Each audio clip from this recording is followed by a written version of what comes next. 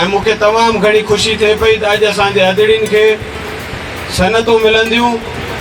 छाला त असांजे चेयरमैन साहब जो इहो बि विजन आहे त औरतें खे मज़बूत करणो आहे। औरत मज़बूत हूंदी त घर मज़बूत हूंदो त पाकिस्तान मज़बूत हूंदो।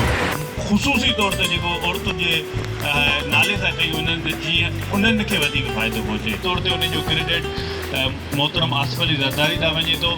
यकीनी तौर ते उनजो क्रेडिट बिलावल भुट्टो ज़रदारी ॾांहुं वञे थो। यकीनी तौर ते उनजो क्रेडिट अदी फरियाल ॾांहुं वञे थो।